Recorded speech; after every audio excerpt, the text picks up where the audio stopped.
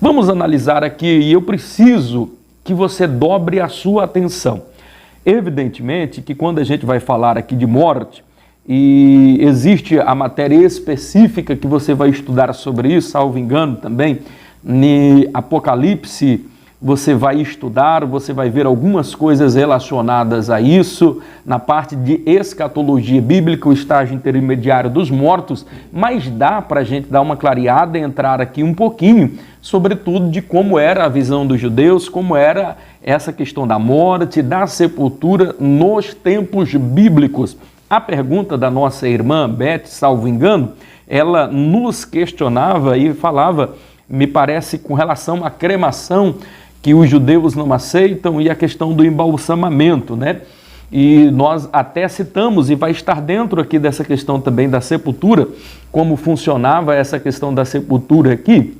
O que precisa ficar claro é que a questão de cremação para o judeu ainda hoje, principalmente hoje, depois inclusive do Holocausto, em que os judeus eram queimados, incinerados vivos, aonde eles viveram os horrores da Segunda Grande Guerra Mundial, idos de 1945 a 1947, coisas horrendas que aconteceram, mortos, incinerados em câmaras de gases, mas já bem posteriormente mesmo a isso, já existe as leis acerca disso e os judeus não aceitam mesmo de forma nenhuma. Mas já ouviu-se falar de alguém, inclusive, que era judeu, que foi cremado, mas eles levam tão a sério essa questão, evidentemente, que sobre a cremação, que se cremar e levarem as cinzas para ser enterrado lá em Jerusalém, há um problema, porque eles não querem de forma nenhuma aceitar, porque para eles isto é algo extremamente desrespeitoso com o corpo, porque o corpo, nós viemos do pó precisamos retornar. Então para eles é uma afronta principalmente a Deus e também a memória daquela pessoa. Evidentemente que sabe que ele não está mais ali, mas existe todo um cuidado, toda uma questão que envolve essa questão. Então, os judeus eles são bastante e extremamente criteriosos com relação a essa questão de não aceitarem realmente cremação.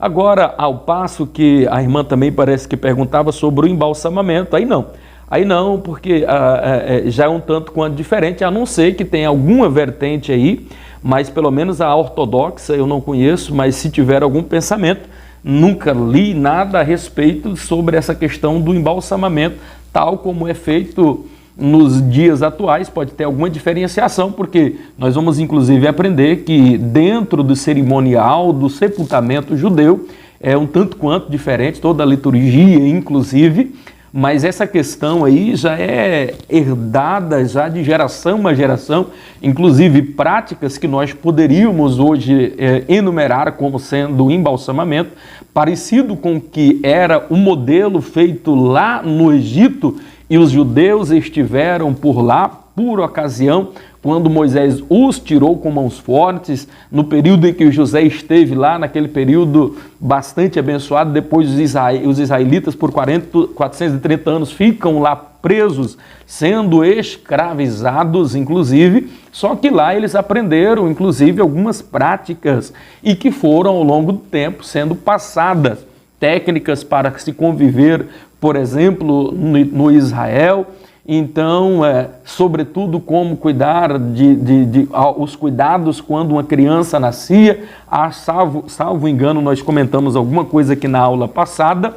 Então, essa questão de embalsamamento, eu até citei a passagem aonde Jesus é sepultado em uma sepultura, e não dá para mostrarem aqui para vocês, mas eu queria que vocês visualizassem o túmulo na época de Jesus, nos tempos bíblicos ou até mesmo antes, o povo judeu, eles tinham de forma diferente de sepultar os seus mortos.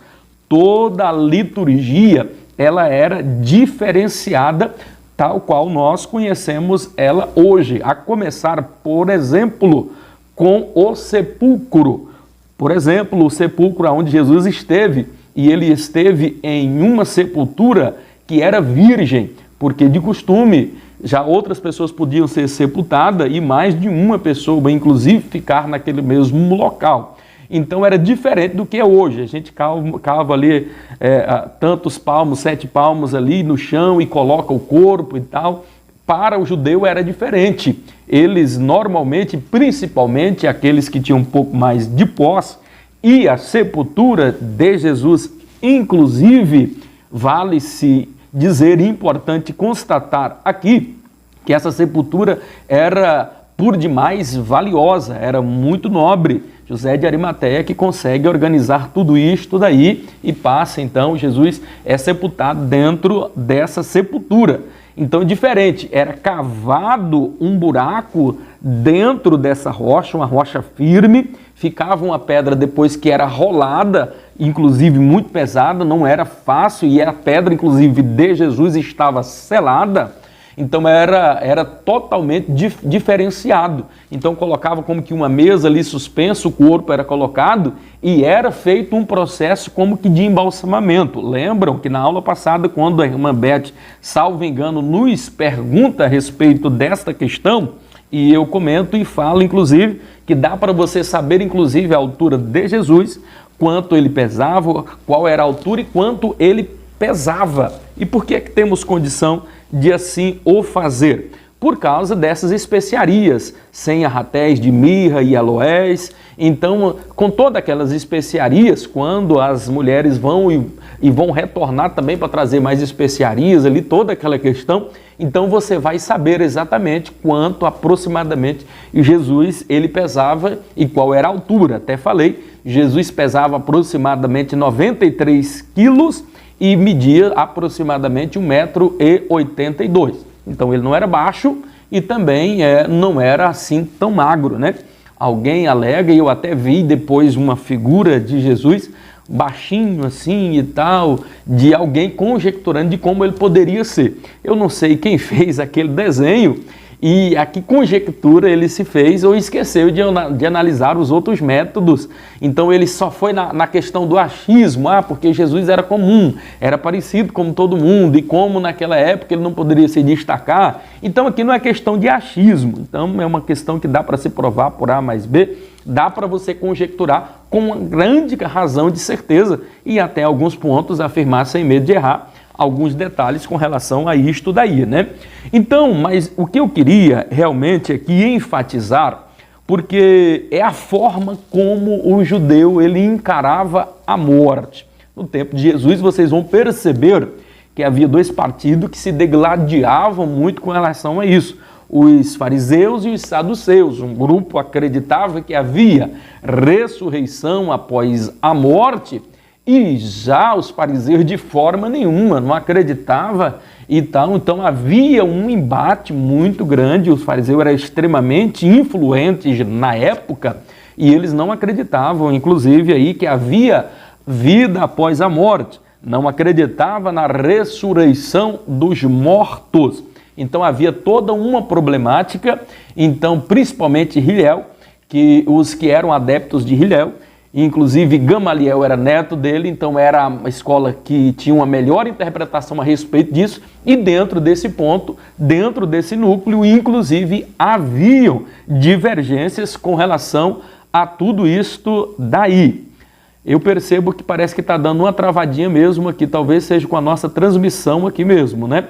Mas na medida do possível vamos acompanhando aí, se travar, se der algum problema, nós vamos estar gravando e depois a gente manda aí para vocês. Se vocês tiverem alguma pergunta com relação a isso daí, vão nos fazendo aí, irmã Beth. A irmã Beth diz que não está conseguindo. Boa noite na paz do Senhor Jesus. A Cleia, Alessandro Rômulo, está chegando mais pessoas aí conosco. Vocês que tiverem as suas perguntas, as façam aí, por favor. Estamos aqui para dirimir e tirar as suas dúvidas, tá bom? Aqui a voz está demorando chegar e também está travando. Ok, tudo bem, minha irmã? Fique tranquila, a gente vai estar organizando isso aí na medida do possível, tá organizando aí para vocês, tá ok? Vou tentar falar um pouco mais compassado para ver se chega aí e fica mais tranquilo, tá bom? É uma matéria que eu precisaria muito, mas muito da sua atenção mesmo. Mas, sobretudo, sobre essa questão de morte, e vida após a morte, sempre houve um grande debate, uma grande questão alusiva, muitas perguntas e muitas indagações a respeito disso. Eu não poderia perder a oportunidade de aqui falar com vocês a importância de nós entendermos a brevidade da vida e levarmos a sério essa questão da morte. Naquela época havia-se também uma outra grande dúvida, aonde, inclusive aqueles que acreditavam na ressurreição dos mortos, havia uma dúvida, o local aonde esses mortos estariam.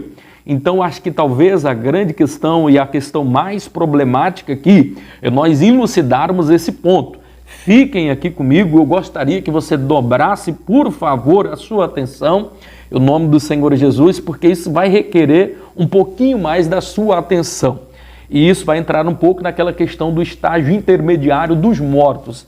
Então, assim, dentro daquilo que nós conhecemos na nossa linha futurista, esse local onde ficavam os mortos, que eram as almas desses mortos, um local chamado Seol.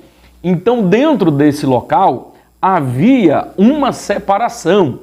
E todos, pasmem com o que eu vou dizer, e isso, existem afirmações de Samuel, inclusive, segundo Samuel, que vai nos informar que o local desses mortos, tantos os que iam, que eram fiéis, que eram santos, que acreditavam em Deus e que serviam a Deus com interesse de coração, eles ambos iam para o mesmo local chamado Seol. E esse local, por sua vez, havia uma distinção. E o que é que separava um local do outro? É que havia um abismo. O local onde ficavam os ímpios, um local um pouco mais embaixo. E para vocês entenderem, está aqui o paraíso, o seio de Abraão, aonde nós vamos observar em Lucas, ele vai falar a respeito disso. Aonde estão os ímpios está mais aqui embaixo, nessa parte mais inferior, e aqui um pouco mais, aqui na parte de cima, estaria o seio de Abraão, conforme nós vemos naquela parábola ali do rico e do Lázaro. E ali a gente vai observar que entre esses dois locais, aonde estavam ali os mortos que morreram, não acreditando, que eram desobedientes, estavam aqui nesse outro local, e os que aqui estavam um pouco mais em cima, um local denominado o paraíso, o seio de Abraão. Então ele ficava ali. E no meio havia um abismo, era como que um precipício muito grande, além de estar na parte mais baixa, havia um abismo. Então, além desse local baixo aqui, o abismo significava dizer que ficava mais embaixo ainda. Então havia um local de separação, que separava eles era o abismo, e segundo que aqui ficava um pouco mais alto o paraíso, e mais embaixo ficava aonde ficava ali o local dos ímpios. Depois da morte e da ressurreição de Cristo, vai acontecer algo interessante. Percebam? E vocês se lembram que quando... Vamos ver se tem uma pergunta. Pois o mais... A coxinha está saindo do meu celular, a caixinha está saindo do meu celular, deu problema. Vai ver pela TV. Muito bem, irmã. Vão preparando aí se tiver alguma pergunta. Então, acredito que vocês entenderam sobre essa questão desse estágio intermediário dos mortos. Com a morte e com a ressurreição de Jesus Cristo, aconteceu algo interessante aí que mudou um pouco o local aonde hoje estaria o seio de Abraão, aonde estaria este paraíso. E isto fica bastante claro depois que a gente compreende a Escritura e quando, à medida que a gente vai estudando, sobretudo na parte escatológica, quando você vai compreendendo um pouquinho mais sobre esse estágio intermediário aí dos mortos. Mas só para tirar a dúvida, para ficar mais claro sobre essa questão, porque eu não quero que vocês tenham dúvidas com relação a isso, qual seria esse local aonde esses mortos que morreram em Cristo hoje estão? Evidentemente que os que são ímpios permaneceram no mesmo local, mas os que estavam no seio de Abraão hoje estão em um outro local e eu quero estar falando sobre isso. Vocês se lembram aonde, na oportunidade quando Jesus está ali já quase na agonia, nos momentos finais, no respirar final, e ali há dois ladrões, uma à direita e outra à esquerda, e um deles ali fica impressionado como o outro era uma pessoa tão desinformada, uma pessoa extremamente ignorante, e ele o repreende, diz, olha, nem tu estando nesta condição, esse homem nenhum mal fez. Então, talvez não é registrado todo o diálogo da maneira como foi. Certo é que aquilo dali demonstrou para Jesus, porque Jesus ele vê além. As pessoas viam que era aparente. Eles estavam, de repente, olhando para aquelas três pessoas ali e vendo como se fossem todos eles malfeitores. E nós sabemos que apenas um deles ali se perderam daqueles três. Jesus, por ser Jesus, obviamente não teve nenhum pecado. E o que Jesus disse para aquela outra pessoa é extremamente revelador. Perceba que Jesus, quando depois da afirmação desse jovem, momentos antes de Jesus expirar, e já entregar o seu espírito nas mãos do Pai, ele pega e diz agora para o rapaz, quando ele termina a sua frase defendendo a Jesus, e Jesus, olha, em verdade eu te digo que ainda hoje estarás comigo no paraíso. E como é que isto aconteceu? Jesus mentiu? Ele esteve realmente no paraíso? Ele esteve com aquele rapaz? A Bíblia jamais entrará em contradição, meu amado e querido irmão. Então você vai perceber que às 3 horas da tarde, quando já está tudo sendo consumado, as coisas sendo organizadas, e para você entender isso, você precisa, por exemplo, ir lá para 1 Pedro, no capítulo de número 3, salvo engano, verso de número 18, verso de número 17, 18 e 19, acho que até o versículo de número 20, mas o 18 ele é extremamente esclarecedor, porque vai dizer que Jesus pregou para os espíritos em prisões. Aqui nós temos, inclusive, um erro aqui na tradução, onde diz assim, no verso 19, no qual também foi e pregou aos espíritos em prisão. Ih, pastor, agora apertou tudo. Como é que Jesus foi lá e pregou para os espíritos em prisão? Jesus não estaria invalidando a Escritura ao dizer que, na verdade, depois da morte, segue-se o juízo, existe um véu de separação, de que quem morreu não pode vir aqui e quem está aqui não tem como visitar o mundo dos mortos, a não ser que seja através mesmo de Jesus, porque ele transcende a tudo isto daí. Como é que a gente pode explicar, pastor, toda essa questão? Jesus pregou para os que estavam ali em prisão, esses espíritos maus, e eles converteram, e eles aceitaram a Jesus, eles levantaram a mão, e eles foram, agora tiveram a oportunidade, porque se nós formos analisar, a gente precisa analisar também esse texto, já correndo também, inclusive, lá para Efésios, no capítulo de número 4, o versículo 8 e 20, aonde vai dizer que Jesus, ele levou cativo o cativeiro, que Jesus desceu às partes inferiores da terra. Eu vou até estar lendo aqui para vocês, mas eu preciso depois explicar também aqui, para que fique bem claro que vocês não tenham uma dúvida com relação a essa questão. Capítulo 4 de Efésios, no versículo de número 8 e o versículo de número 9. Pelo que diz, subindo ao alto, levou cativo o cativeiro e deu dons aos homens. Importante dizer que isso daqui também está cumprindo uma outra questão também, dita lá nos Salmos de número 68. Há contrassenso do que muitas pessoas pensam, os salmos são todos eles messiânicos. Pastor, mas uns são, os outros não são. Não, 100% são messiânicos. Mas cada um não tinha um momento, cada um não tinha uma história, evidentemente que sim. Mas os salmos testificam de Jesus. Todo o Velho Testamento ele vai estar intimamente ligado com a pessoa de Cristo, bem como também os salmos. Mas o que eu quero falar aqui com relação a essa questão? Pelo que diz, subindo, levou cativo o cativeiro e deu dons aos homens. Ora, isto, ele subiu. Agora já o verso 9. Ora, isso, ele subiu. Senão aquele que também desceu, antes já tinha descido às partes mais baixas da terra, aquele que desceu é o mesmo que também subiu acima de todos os céus para cumprir todas as coisas.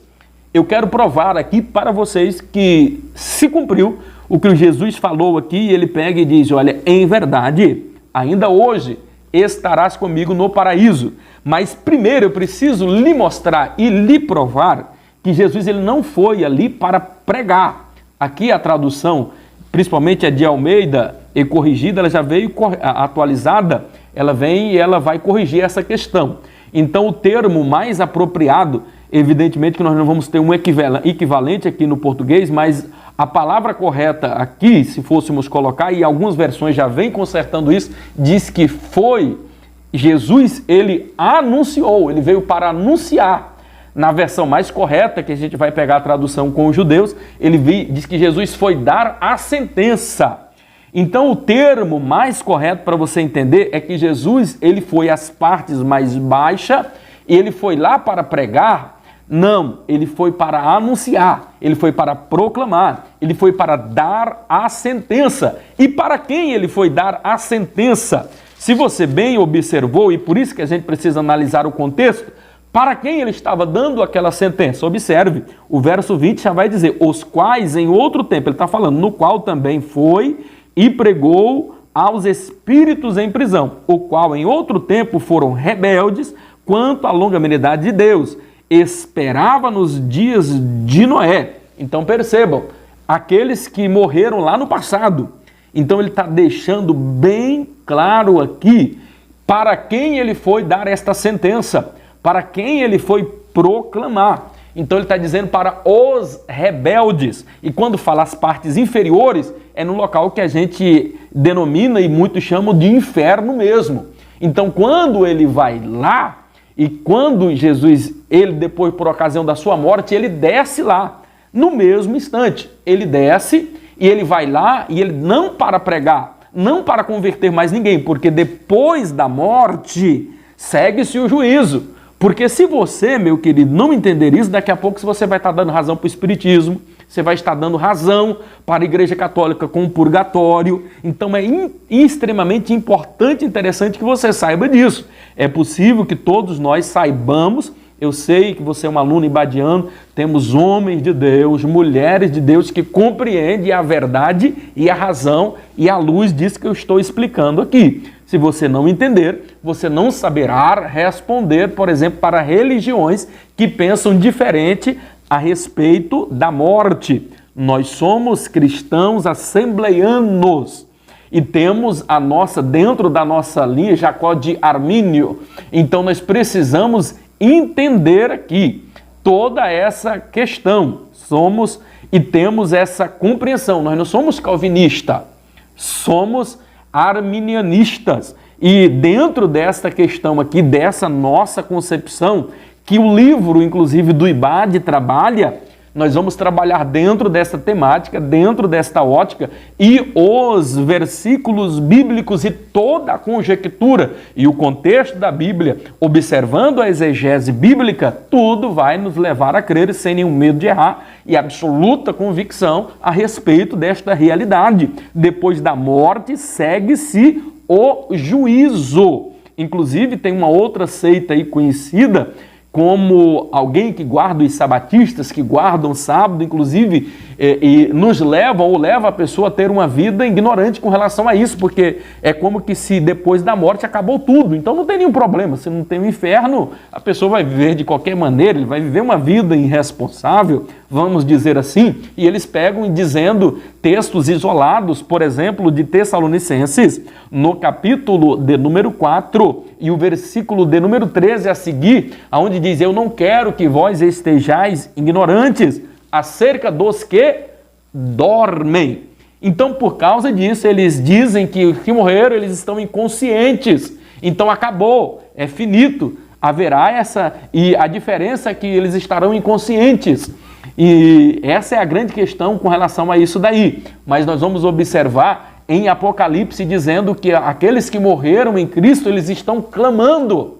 E clamando aonde? Essa é a grande questão, aonde eu vou estar falando para vocês, com passagens como a de Colossenses, Filipenses, Tessalonicenses, Apocalipse no capítulo de número 6, o verso 9 a 11, Apocalipse capítulo 20, versículo 4, e tudo isso vai nos mostrar e vai clarificar para nós, nos iluminar o caminho, a certeza daquilo que nós estamos falando aqui. Ora, Jesus ele foi, então, é a primeira questão que você precisa ter claro aí na sua mente. Deu certo aqui, estou em aula, muito bem, louvado seja o nome do Senhor, Adinaldo, Simão. Então eu preciso que fique bem claro com relação a essa questão aqui.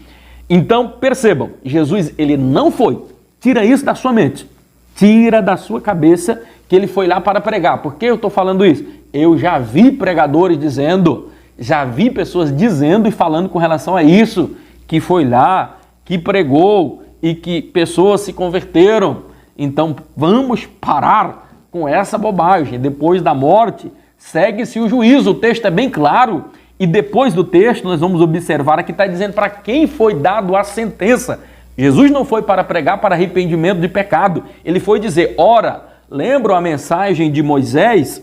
Lembram a mensagem de Noé que vocês rejeitaram? Que vocês quiseram viver segundo o seu próprio nariz? Que viveram segundo o seu bel prazer, que não aceitaram a mensagem do Messias que viria depois de Moisés. Então eu estou dizendo aqui, eu estou aqui, hoje se cumpriu. Ali alguns pegam, inclusive, onde Jesus pega a chave do inferno e da morte, porque ele venceu a morte. Vai pegar aquela parte, inclusive, onde diz que Jesus pisou na cabeça. Não vamos entrar aqui nesse mérito, eu só quero dizer que Jesus foi lá e anunciou a sentença, proclamou a sentença, dizendo, olha, eu só estou aqui para mostrar para vocês, porque todo julgamento, querido, o que precisa ficar claro na sua mente? Jesus ele não vai fugir dessa exceção. O dia do juízo final, o juízo do trono branco, que é diferente do tribunal de Cristo, é uma outra história, o tribunal de Cristo é para nós, e o juízo final, o trono branco será para a segunda morte. Vamos falar agora, daqui a pouquinho, com relação a essa questão aí. Então, perceba e entenda que tem essa diferenciação aí. E perceba que Jesus veio para dar a sentença e vai dizer, ora, vocês estão aqui por causa disso e por causa disso.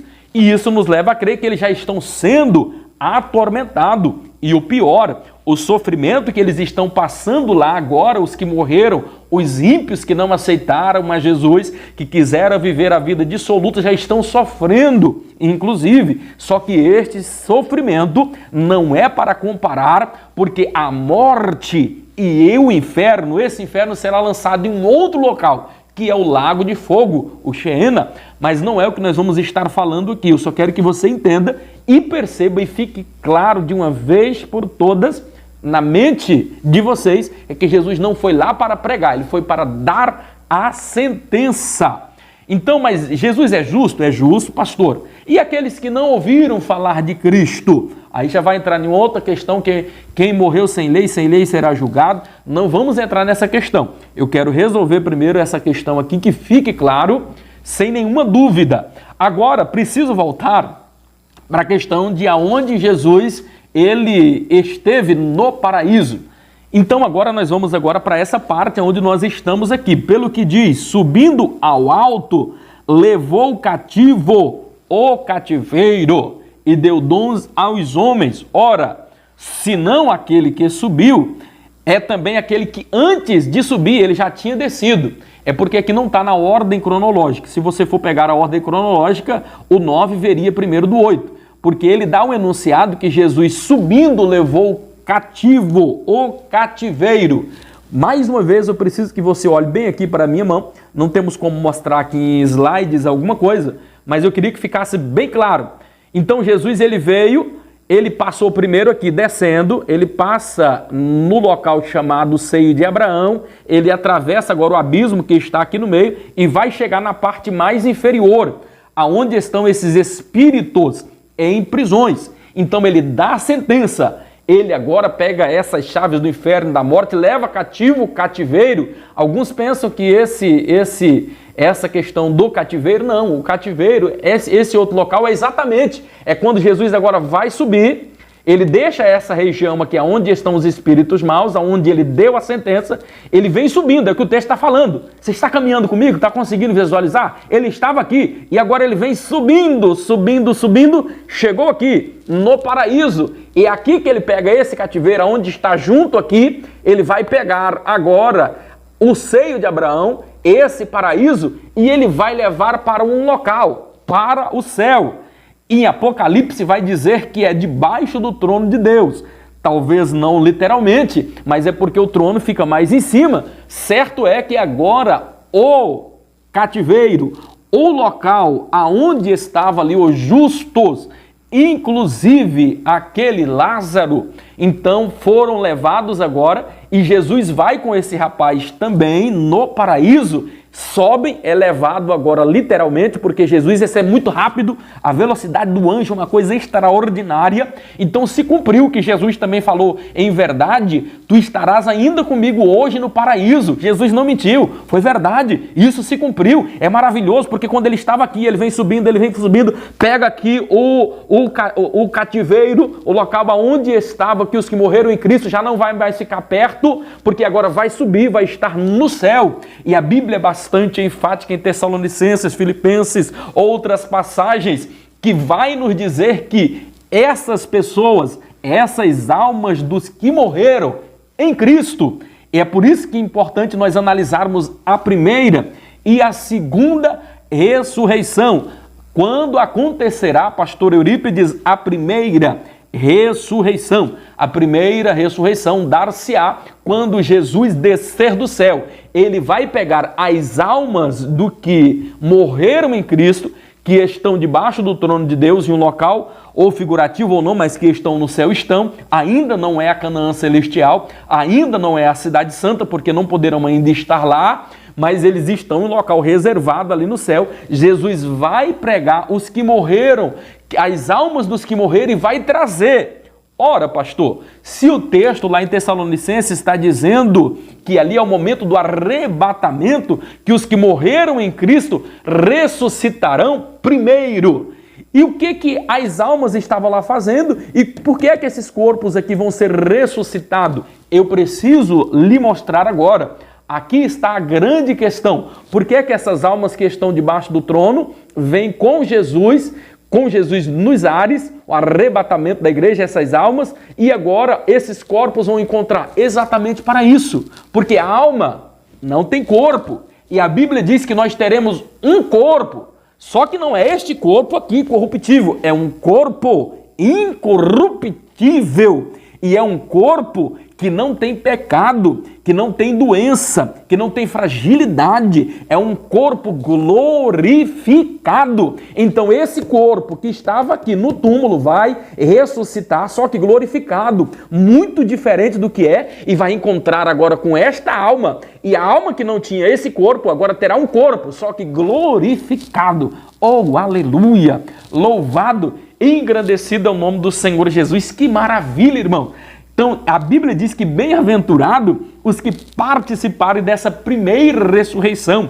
E o texto é bastante claro em Tessalonicenses, no capítulo de número 4, verso de número 17 e 18, dizendo: pois o mesmo Senhor descerá do céu com grande brado e a voz de arcanjo, e os que morreram em Cristo ressuscitarão primeiro. Esses corpos ressuscitarão primeiro, encontrar-se-ão ali com as almas que já estavam no céu, esse corpo agora glorificado. Depois que acontece esse encontro, aí nós que ficarmos vivos, se alcançarmos esse arrebatamento da igreja, e assim cremos, e assim esperamos, vamos encontrar também com Cristo, com o corpo glorificado, e não precisaremos, inclusive, nem passar pela morte. Então, a única certeza que nós temos da vida é a morte.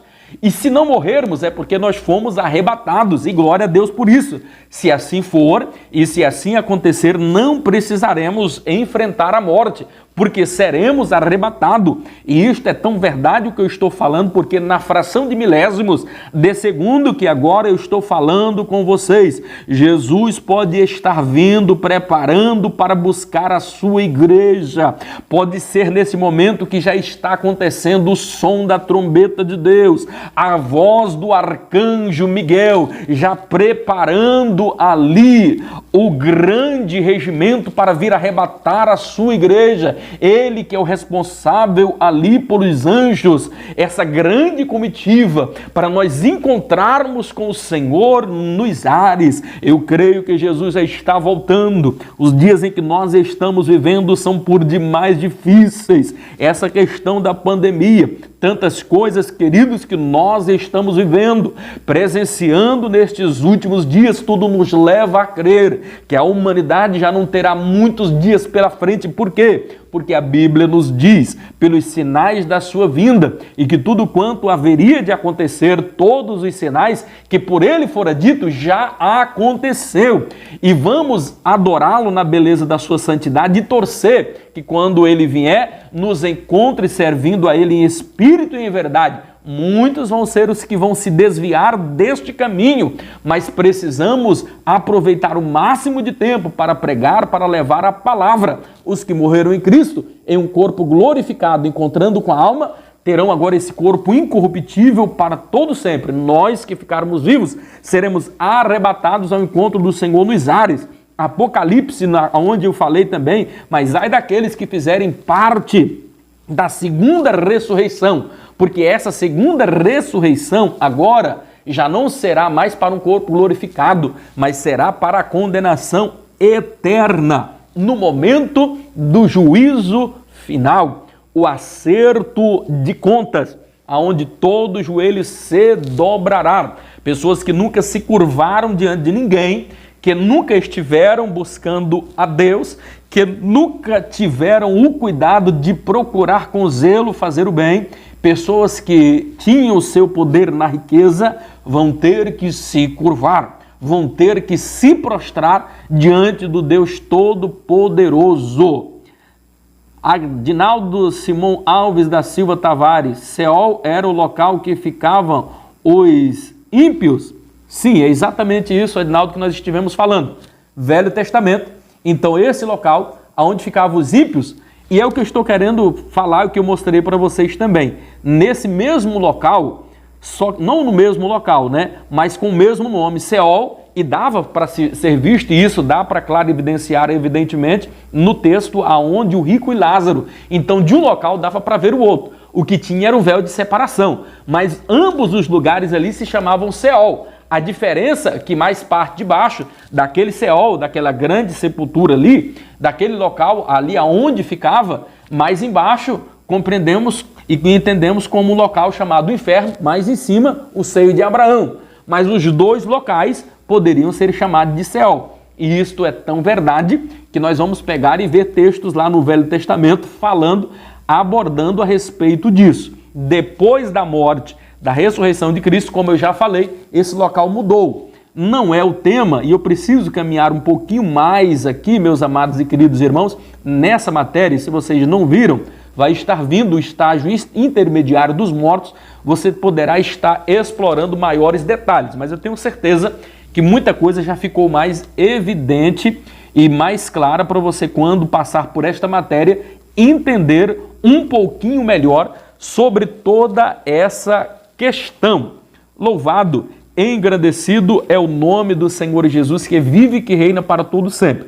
Com relação a isso, só para finalizar, o que você precisa ter em mente, quando, por exemplo, alguém for lhe perguntar, algum sabatista, por exemplo, dizer que esse estágio intermediário dos mortos, os mortos não estão conscientes, que os mortos estão dormindo, é mentira, santo.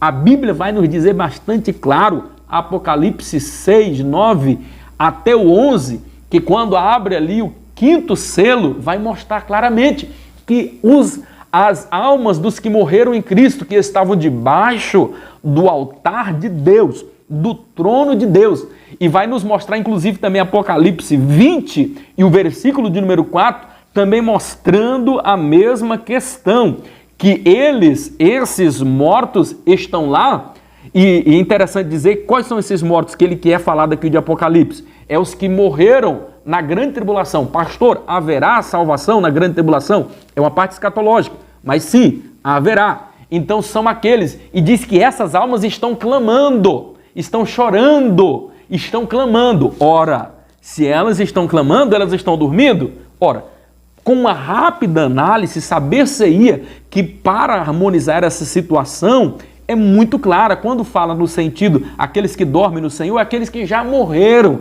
não no sentido de sono, porque os outros textos vai nos dar a clara certeza que se essas almas estão clamando, eles estão chorando, então não é algo que eles estão dormindo, ou seja, estão conscientes, porque o céu é lugar de pessoas conscientes, a pessoa precisa saber porque lá esteve, como também no inferno, as pessoas lá estarão, todos eles serão julgados, e serão julgados por quê? Para saber o porquê, o motivo e a razão, porque eles passarão toda uma eternidade lá no inferno, aonde o bicho nunca morre, aonde a ferrugem não corrói, aonde para todos sempre haverá pranto e ranger de dentes.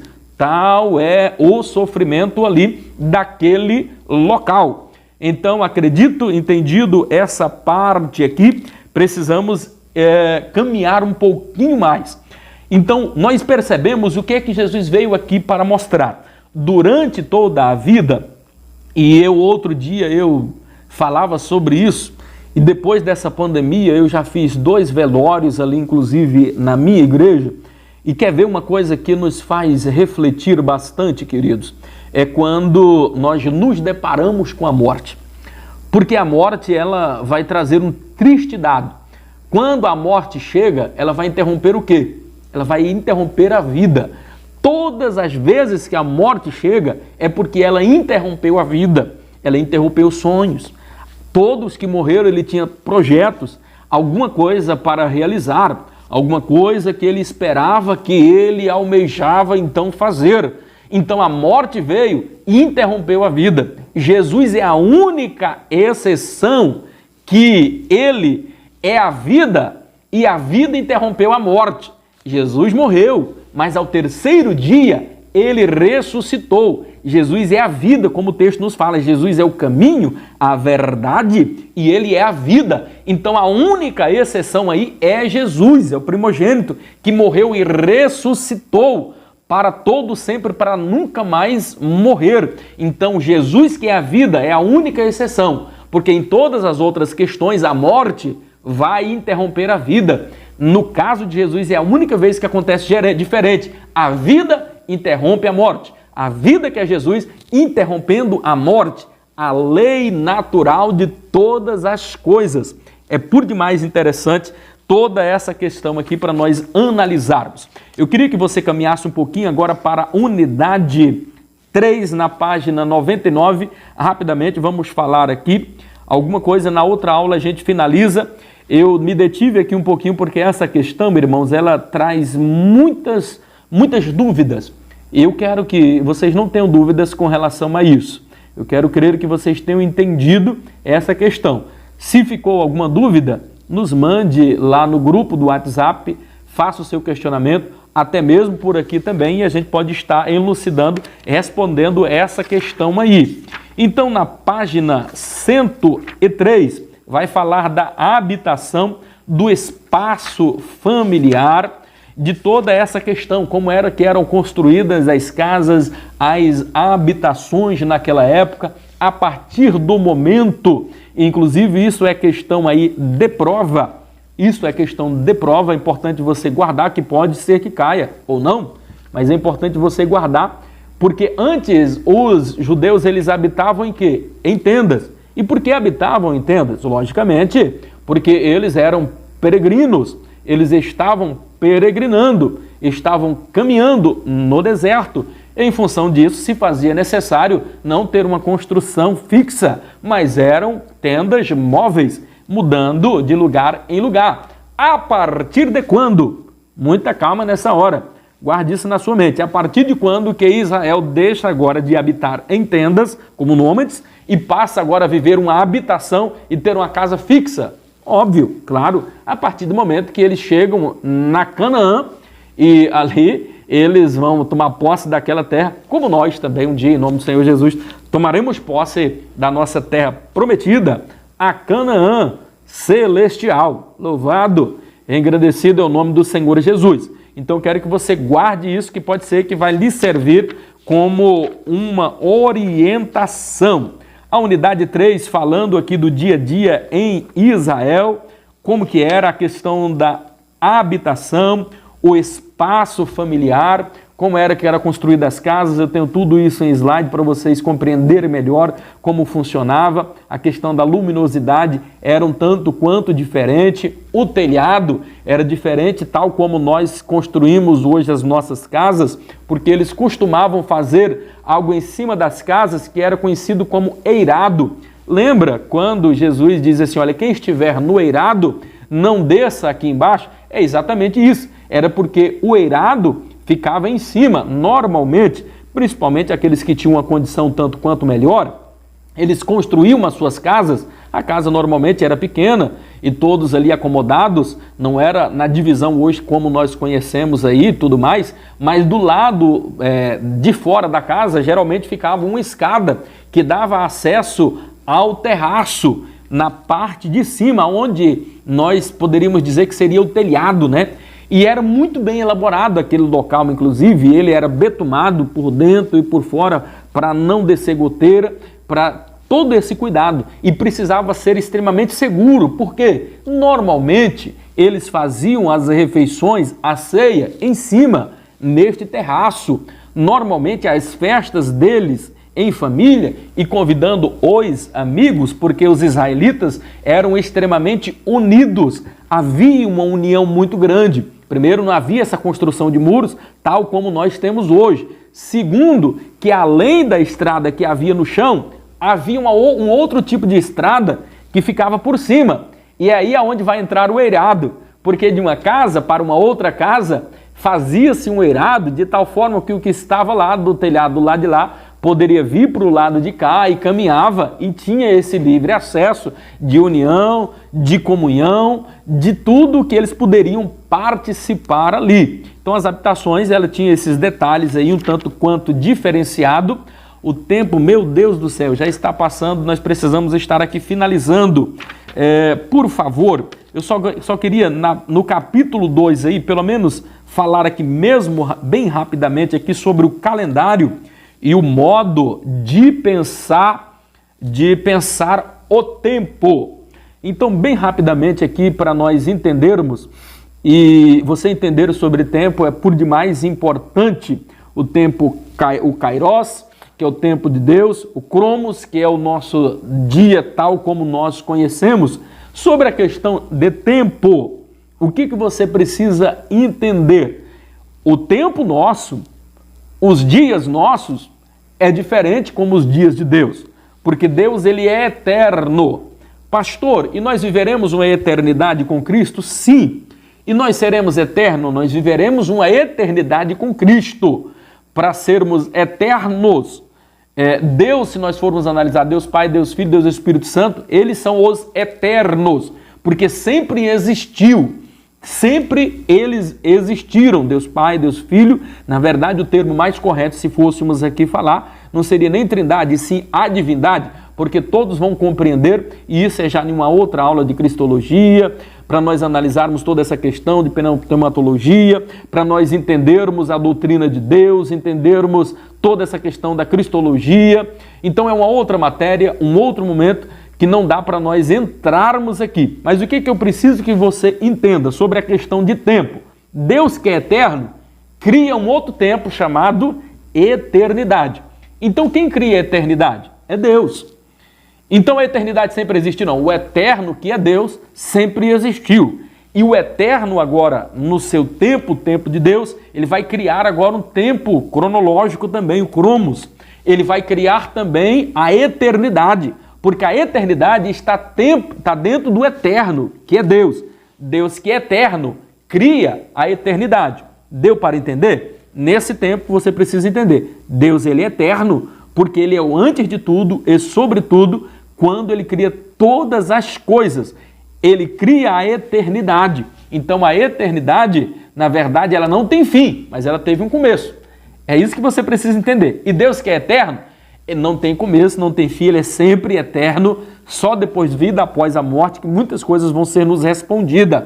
Deus não tem fim e não tem começo. A eternidade tem começo, contudo não terá mais fim, porque será a eternidade. Falando isso, eu acredito que você já deu para entender essa questão. Pastor, não deu para entender. Aí você precisa olhar, por exemplo, Gênesis 1:1. Você precisa analisar João 1:1. Gênesis 1:1 vai dizer Bereshit bara Elohim et hamashal ve'ed had. Quer dizer, no princípio, que é o mesmo princípio lá de João, criou Deus os céus e a terra. Que princípio é esse?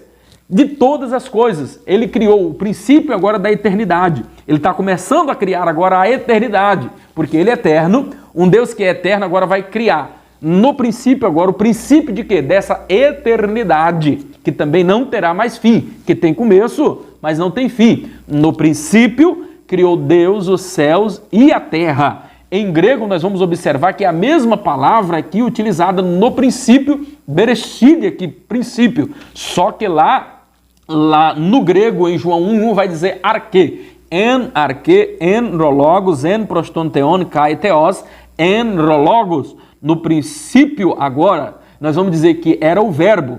No princípio, en arque, no princípio. En arque, no princípio. En é no, arque, princípio. En arque, en rologos, en prostonteon, kai theos, en rologos. No princípio, nós vamos observar que Deus era o verbo. E o verbo era Deus. E esse verbo era Deus, está falando de quem? O verbo e Jesus. Então sempre ele existiu. No princípio ele é atemporal, como Deus sempre também existiu. Eles são eternos. E eles vão criar agora a eternidade que estava lá no princípio. Como nós observamos, na criação de todas as coisas, Deus Pai, Deus Filho, Deus Espírito Santo estava lá para criar todas as coisas. Estamos falando aqui de calendário. Tinha algumas coisas interessantes para nós falarmos a respeito de calendário. Calendário judeu, o nosso calendário gregoriano, o calendário juliano, o calendário asteca, o calendário mais antigo do mundo. Talvez não teremos tempo de falar a respeito disso. Mas, sobretudo, e hoje, essa aula ela vem a calhar muito com relação a isso. O que eu quero que fique muito claro, e aqui é um conselho meu. E já finalizando, porque eu penso que eu sou instrumento de Deus e estou sendo instrumento de Deus na sua vida. Estou sendo instrumento de Deus para lhe abençoar. O meu conselho é que tudo aqui é passageiro. Esta vida é muito curta. Nós somos peregrinos. Então vamos ter muito cuidado, porque esse tempo aqui é muito curto. É um pingo de areia diante da eternidade que nos aguarda. O meu conselho é que aproveitemos, sejamos honestos.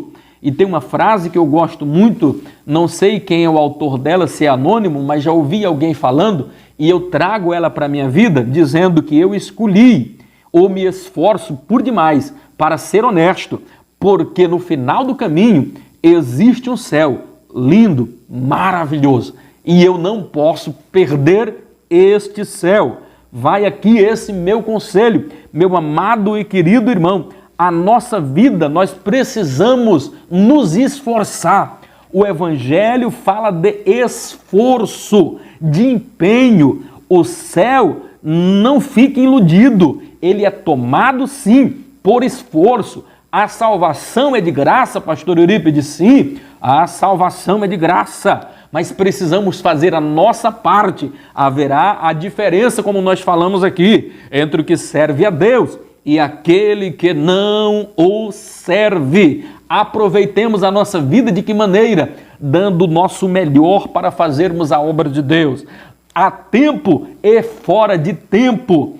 Quando é, e quando eu digo isso muito importante, alguém disse assim, pastor, eu não vou pregar porque ainda não tenho curso teológico.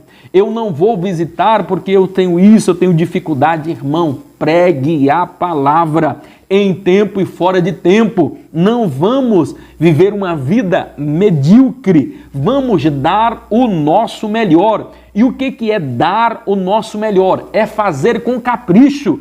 E o que é fazer com capricho? Fazer com capricho é dar o melhor. E isso não é uma frase minha, eu preciso dar o crédito. Mário Sérgio Cortella, quando ele pega e diz assim, que fazer com capricho é você dar o seu melhor nas condições em que você tem, enquanto você não encontra melhores condições para fazer melhor ainda. O que é dar o seu melhor? O que é fazer com capricho? Fazer com capricho é você dar o seu melhor nas condições que você tem, enquanto você não tem condições melhores para fazer melhor ainda. O que está querendo dizer aqui? Você não tem desculpa, você pode dar o seu melhor. Você vai perceber que lá no trabalho, na empresa, onde você estiver, só vai sobressair aqueles que trabalham acima da média. Se você faz apenas o possível, meu amado e querido irmão, isso é o que a Bíblia diz. Você está sendo um servo inútil. Se fizermos apenas o que nos mandam, somos servos inúteis, porque estamos na média. Então nós precisamos fazer não o possível, mas fazer o nosso melhor. E o que é dar o nosso melhor? Explicando para você entender. Dar o seu melhor é você não fazer apenas o possível, é você